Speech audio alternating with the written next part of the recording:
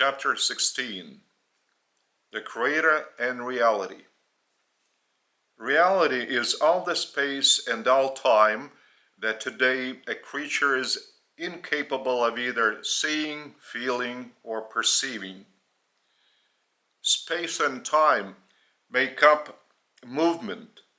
Since one point is reached, forms another one during a certain duration of time. If there is space and time, such a reality must have movement. Otherwise, it cannot exist. Where there is space and time, there is existence only in the motion there. And on the contrary, the one who creates time and space must transcend time and space. For even in this part of reality, the Creator cannot be only as such what he creates.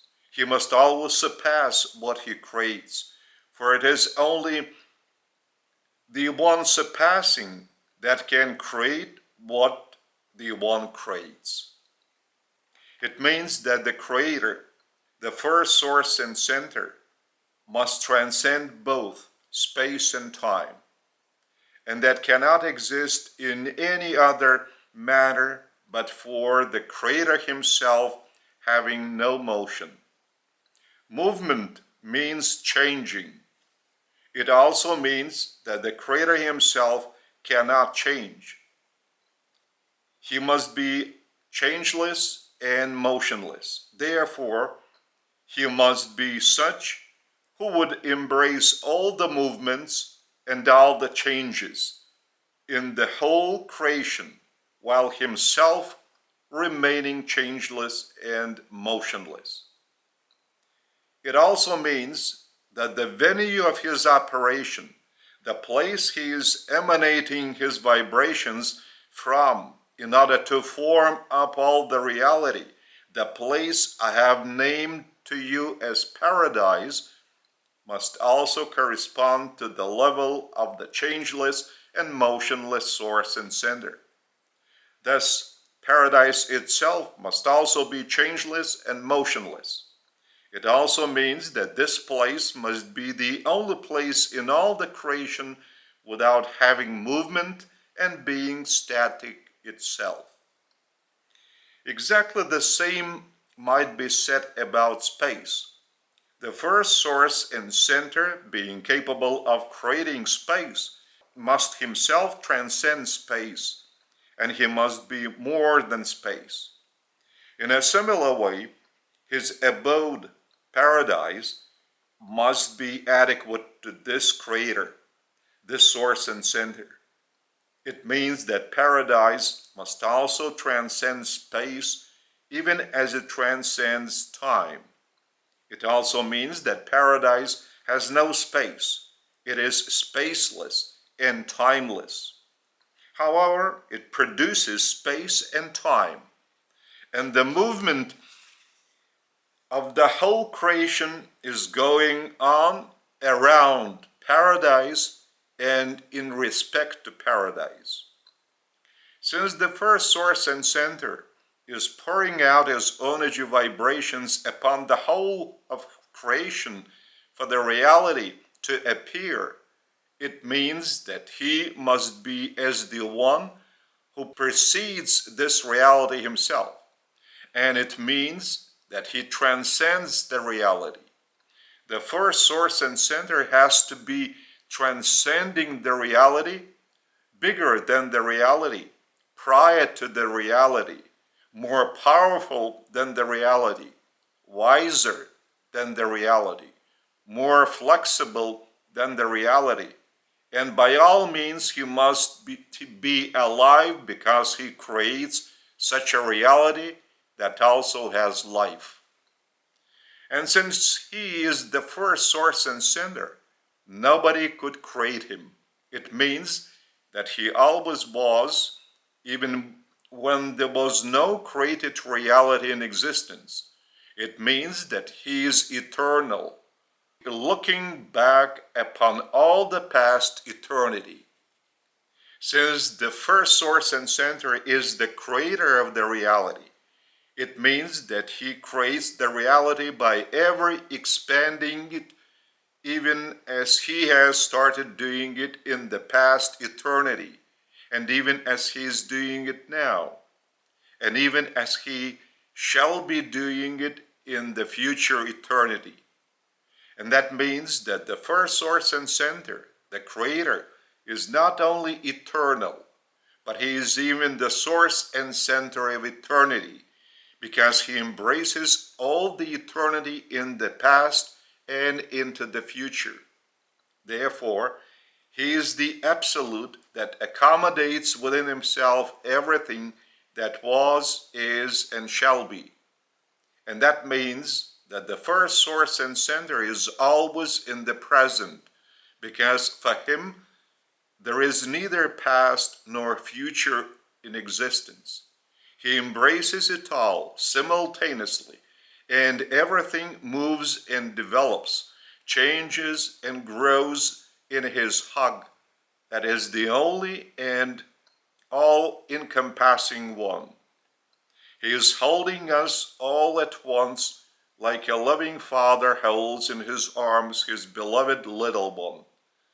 But for the earthly father, the moment of holding consists of the duration of holding his little child in his arms, while for the first source and center, this moment continues from the very first moment he has taken the creation in his Creator's loving hands, and he shall be holding it during all the future eternity. And all the time he shall be holding and cherishing the creation like an earthly father is holding his beloved little child in his arms. The dwelling abode of the first source and center, he is emanating his creative vibrations from, must also be eternal and absolute, for it is from this abode, paradise, that the first source and center is operating. The first source and center cannot be anything lower than a person and personality, or else he will not be able of communicating with that multitude of other personalities who live in the whole creation. I, being created by this first source and center, by my Father and the Father of all, can communicate with him in any place and at any time. Were he not a personality, I would not be able to commune with him, because that one who is lower than a personality can never perceive the one who is a personality. Therefore, that one's communication with a personality would not be of the sort to bring in a reciprocal understanding and cooperation as among equal persons.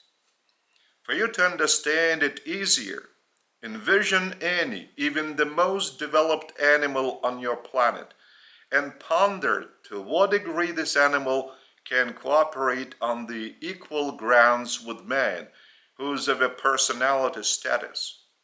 Personality is such a form of life whose mind is capable of conceiving such categories as goodness, love, mercy, truth, fairness, value, God, post-mortal life, service, attentiveness, care, and the like. Only a man can perceive these categories on your world. However much you would train an animal, it cannot possess that developed brain. However much you would train an animal, it cannot possess that developed brain. Therefore, a mutual association on equal grounds can be among people only. The association of animal with man is not on an equal basis. An animal shall always remain of an inferior status to man, even to a man of the poorest intellect.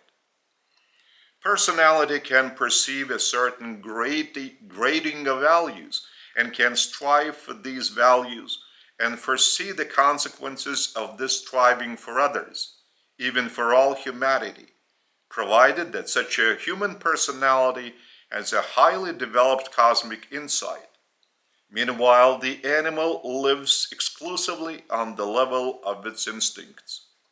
Therefore, the first source and center by no means can be lower than a personality, for he is capable not only of associating with other personalities, but he himself creates the very first personality, and by this becomes the source of personality to other personalities.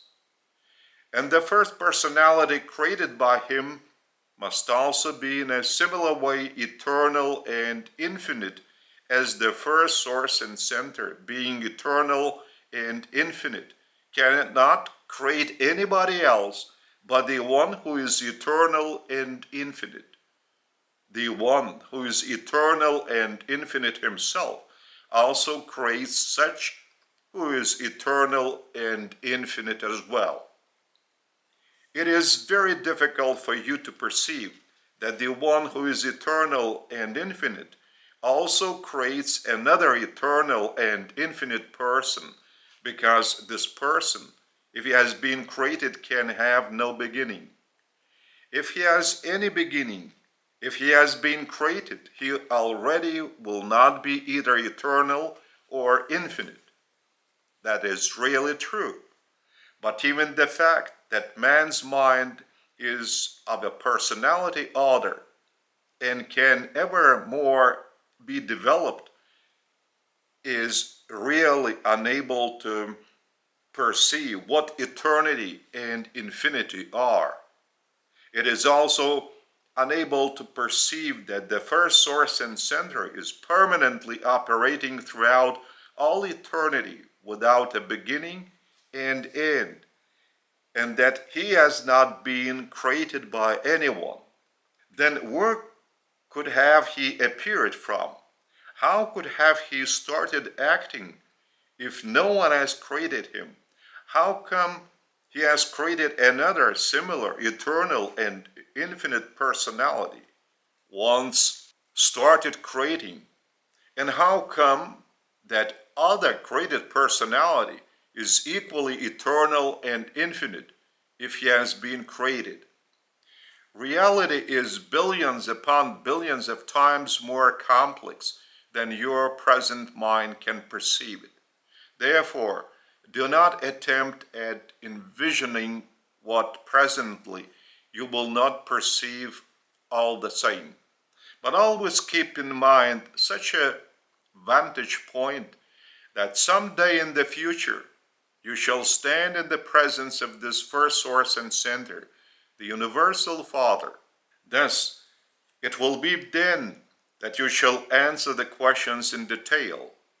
How it could have been that the first source and center could have started existing and acting without the beginning of the beginnings, since he has always been present and acting, and there's never been such an eternal past that he has not been present and acting in.